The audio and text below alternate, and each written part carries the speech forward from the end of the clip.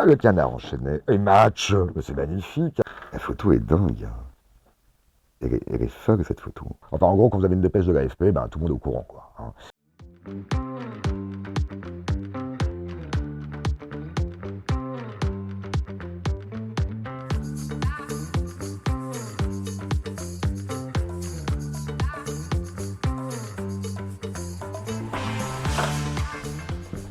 Bonjour Monsieur Brouillard. Bonjour. Incroyable chez vous. Alors, qu'est-ce que ça vous évoque cette première archive? Ça m'évoque, d'abord c'est une des unes les plus célèbres de France. Moi à l'époque j'ai 18 ans, je suis pas encore journaliste par définition, et c'est un souvenir très très fort parce que d'abord c'est la première fois que moi je vote. Le 21 avril 2002. La soirée a été folle pour tout le monde, pour toute la France, et on aime Libération et on se demande ce que va faire Libération le lendemain. Et cette une, elle est incroyable, elle est à la hauteur de l'événement.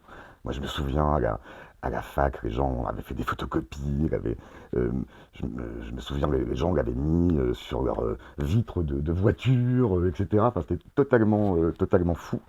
Ce qui est certain, c'est que dans mon métier aujourd'hui, en 2025, en tant que journaliste qui traite l'extrême droite, le 21 avril est une date majeure. Et Marine Le Pen, le Rassemblement national, au-delà de la génétique, sont les enfants du 21 avril 2002, évidemment.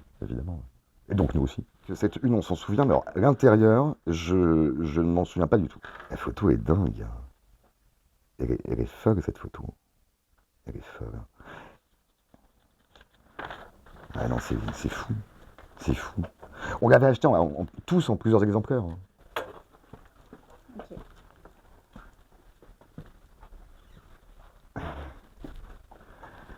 J'appuie sur lecture. Alors du coup, oui, vous appuyez sur lecture. Salut Paul, bonjour à tous. Bon, visiblement il faut que je parle un petit peu de toi, donc allons-y. Nous on s'est rencontrés il y a très longtemps, on se connaît depuis 2008 si je me souviens bien. On s'était rencontrés à l'époque à l'Est républicain à Vesoul, la locale de Vesoul en Haute-Saône. C'était un été, il se passait pas grand chose et il fallait trouver des sujets, être créatif et c'était vraiment super, j'en ai un super souvenir. Et ensuite on s'est retrouvés plusieurs années plus tard à l'AFP cette fois-ci. Donc moi quand je repense à nos années ensemble à travailler en banlieue, Paul, à quoi je pense? Je pense, et je pense que toi aussi, essentiellement voiture, road trip, McDo, parking du McDo, troquet, bistrot, arrière de la voiture. On a travaillé partout là où on pouvait, souvent dans des conditions pas très confortables. Ma question pour toi, ce serait, depuis le début de ta carrière, donc pas juste à l'AFP, mais avant également, si tu avais un souvenir le plus marquant, qu'est-ce que ce serait? Elle est formidable, Juliette. Tout ce qu'elle dit est vrai. Un souvenir le plus marquant, je ne sais pas si je peux répondre à cette question. J'ai été marqué par des très gros faits divers où il faut forcément être pro face à des circonstances tragiques. Il faut garder son sang-froid, il faut garder sa distance sans être non plus une espèce de robot et écrire vite et bien, si j'ose dire. Il y a plusieurs faits divers qui m'ont marqué, des choses par définition terribles. Quand on traite des gros faits divers, quand on est jeune journaliste, moi j'avais, je sais pas, 25 ans, c'est très formateur, il me semble, et ça apprend beaucoup du métier. Le comportement à avoir, la distance à garder, dans l'exigence de rapidité et pour faire de rapidité et de fiabilité pour faire son métier, et puis des à côté qu'elle raconte qui permettent aussi de se détendre par rapport à une horreur qu'on peut couvrir. Et c'est vrai que quand on est reporter, on passe sa vie dans la voiture, ou alors au McDo. Pourquoi? Parce que le McDo c'est très simple, il y a du wifi, on peut prendre un burger à 2 € et on peut rester des heures et personne ne nous embête et donc on peut travailler. Mes souvenirs les plus marquants, c'est ça, et je vais pas énumérer des faits divers tous plus sordides les uns que les autres, mais c'est ça qui m'a le plus marqué. Et puis après j'ai fait du journalisme politique, donc là c'était un peu différent. Alors, on va s'arrêter sur cette une-là. C'est une que je ne connais pas. Alors, c'est quoi? C'est 2024? Ouais, d'accord. C'est une qui suit le deuxième tour des législatives, on est d'accord. Une dissolution, pour l'AFP, c'est ce qu'on appelle un flash. Alors, un flash, c'est quelque chose qui est très rare à l'AFP. Ça arrive 1, 2, 3 fois par an maximum. Je pense même qu'il y a certaines années où il n'y a pas eu de flash à l'AFP. Un flash, c'est pour l'élection d'un président de la République française ou un président américain, c'est pour la mort du pape. Enfin, c'est vraiment des informations absolument majeures. Vivement le 9 juin, c'était le slogan de Bardella, du RN. Et donc on arrive le 9 juin dans un très bel endroit, au bois de Vincennes à Paris, que le RN avait loué pour la soirée électorale. Je vois un message de ma rédaction. Quelqu'un de l'AFP qui nous dit « Macron va annoncer une dissolution ». Et à 19h15. Sauf que moi, le message, je le reçois pas ou... Enfin, je comprends pas. En fait, je crois que c'est une rumeur, mais que c'est pas... J'ai pas compris que c'était sérieux, là. Enfin, que c'était vrai, quoi. Moi, je me souviens très bien, j'ai un confrère, si je dis pas de bêtises, qui travaille pour le Corriere della Sera italien, qui me dit « Est-ce que Macron peut dissoudre ?» Et donc, je dis « Oui, alors oui, il peut, mais il le fera pas. » À 20h15, 20h20, là, on a l'info, c'est sûr, c'est béton, il va dissoudre. 21h, l'ambiance est folle parce que eux, les partisans, les militants sont très contents parce qu'ils sont arrivés en tête, ils ont fait 33%. Ils exultent quand Macron dit je dissous l'Assemblée parce qu'ils ont l'impression qu'ils vont gagner. Singulièrement parmi les cadres, leur vertige est perceptible. Ils se rendent compte que quand même ce qui est en train de leur arriver, d'abord il ne l'avait pas prévu. Ils sont pas à l'abri de gagner, et ça, quand même, ça leur fout un peu des jetons.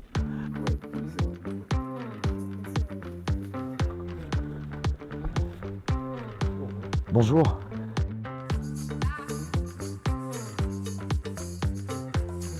Bonjour Paul, et content de te savoir dans cette belle école. Peut-être qu'un jour on te laissera visiter autre chose que les sous-sols. En attendant, j'avais une petite question à te poser. Tu es peut-être la mémoire politique et télévisuelle de ce service. Est-ce que tu peux raconter ton premier souvenir télévisuel lié à l'extrême droite, peut-être à travers Jean-Marie Le Pen? Peux-tu le raconter et puis expliquer ce que tu en as pensé à l'époque? Oui, c'est forcément Jean-Marie Le Pen. Il y a des souvenirs extrêmement diffus de quand j'étais vraiment tout gamin. Je me souviens quand même, alors un peu plus tard, quand Jean-Marie Le Pen s'était plaint que les joueurs de l'équipe de France de football ne chantaient pas la Marseillaise. Je trouve que c'est tout de même un peu artificiel de faire venir des joueurs de l'étranger et de les baptiser équipe de France. Enfin, à l'époque, tout le monde trouvait ça vraiment une provocation de plus. En faire un objet politique, c'était quand même terrible. Et puis après, Jean-Marie Le Pen, bien sûr, quand il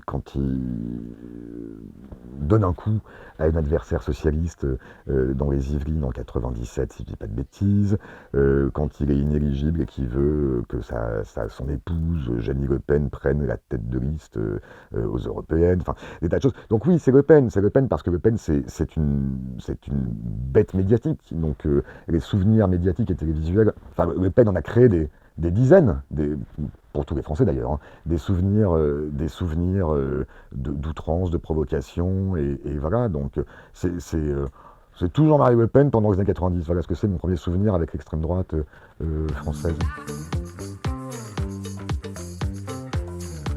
C'est forcément un peu spécifique quand on est journaliste politique que de couvrir l'extrême droite. Parce que, d'abord, c'est un parti qui n'a jamais été... Enfin, c'est une famille politique qui n'a pas été au pouvoir sous la Ve République en France. C'est un parti qui conserve une dimension protestataire, qui a eu un rapport à la presse extrêmement contrarié pendant des années et des années. Alors, ils entendent peut-être normaliser leur rapport avec la presse, mais il en reste un petit peu quelque chose, et en tout cas il en reste un passé, une histoire, chez les sympathisants du RN, qui est un électorat très disparate d'ailleurs. Il peut y avoir, c'est vrai, une grande défiance envers la presse en général. Mais alors j'ai envie de vous dire, sans aucune discrimination, selon que vous appartenez à l'AFP ou un autre média. Hein. Nous, c'est vrai qu'à l'AFP, on n'est pas très... on est assez discret. Parce qu'en fait, nos dépêches sont signées, mais quand les clients les utilisent, généralement, ils biffent notre signature. Ce qui n'est pas très grave. En revanche, les dirigeants politiques du RN, qui sont abonnés directement à l'AFP, Eux, ils voient la signature, donc par rapport à eux, on est connus. Surtout, on se rencontre tous les jours, on va à l'Assemblée, etc. L'état-major du RN, il connaît l'AFP, il n'y a pas de difficulté. Alors c'est vrai que par ailleurs, auprès du grand public, alors là, absolument pas, puisque on passe pas vraiment, enfin, on passe pas la télé, et on n'a pas de support de papier sur lequel nos signatures apparaissent. Donc oui, ça c'est sûr que contrairement à des gens davantage connus dans la profession, nous on est totalement anonymes. C'est pas grave, enfin, moi ça me va très bien. L'AFP appelle toujours le RN, le Rassemblement National extrême, le qualifie toujours d'extrême droite. Pour plusieurs raisons. Enfin, en fait, c'est la science politique qui nous dit, qui nous permet, qui nous guide dans cette qualification. Sur son programme, notamment de préférence nationale, ça supposerait une modification tellement substantielle de la Constitution que ça place ce parti, avec ce programme, à l'extrême droite.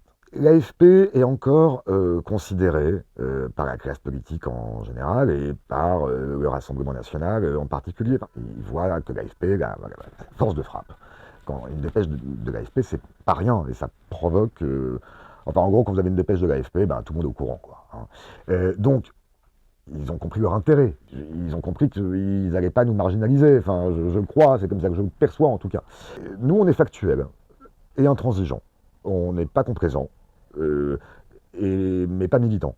Bonjour Paul, je me demandais si couvrir l'extrême droite pour l'AFP était plus facile maintenant que le parti s'est dédiabolisé. Ou est-ce qu'au contraire leur communication est plus verrouillée qu'avant? Moi, je suis arrivé sur cette rubrique il y a 3 ans seulement, si j'ose dire. Néanmoins, j'ai pu échanger avec des confrères qui l'ont traité il y a plusieurs années. Je pense que c'est quasiment 2 métiers différents entre couvrir le RN il y a 20 ou 25 ans et aujourd'hui. Je pense que c'était un peu plus, encore plus rude pour mes prédécesseurs. Parce que la défiance envers la presse était revendiquée. Tous les partis politiques doivent gérer, j'allais dire, leurs propres ultras. Ça, c'est vrai, quasiment dans toutes les familles politiques. Mais ils doivent les gérer. Autrefois, ils laissaient faire leurs militants ultra contre la presse. Aujourd'hui, bon, il ne faut quand même pas plaisanter. C'est quand même un peu plus carré, un peu plus géré, un peu plus professionnalisé. Ce que ça sous-entend, c'est qu'ils ont eux-mêmes appris les codes de la communication politique avec tout ce que ça suppose d'artifice et d'enfumage. Mais je crois que traiter l'extrême droite française aujourd'hui est moins compliqué qu'il y a 25 ans. Ah, mais merci beaucoup. Merci. Ah, le canard enchaîné. Et match. C'est magnifique. Alors, je pose cette boîte magique. Yannick Noah, le dernier Français qui a gagné Roland Garros. Donc, c'est le match du lendemain de ma naissance. Je ne l'ai jamais eu entre les mains. Et ça me fait hyper... Enfin, je suis hyper content. Et alors, le canard enchaîné, et ça c'est pareil, c'est 22 juin 83. Alors c'est très très drôle. Il y a une, Mitterrand à Noah, moi aussi j'ai de beaux revers. C'est formidable. Alors moi j'ai un conseil à donner. Quand vous devenez parent ou je sais pas quoi, ou tonton, ou offrez la presse du jour, de la semaine, du nouveau-né. Voilà. Merci. Je suis très je suis touché et content. Vraiment. Merci. Je le garde vraiment. Ouais.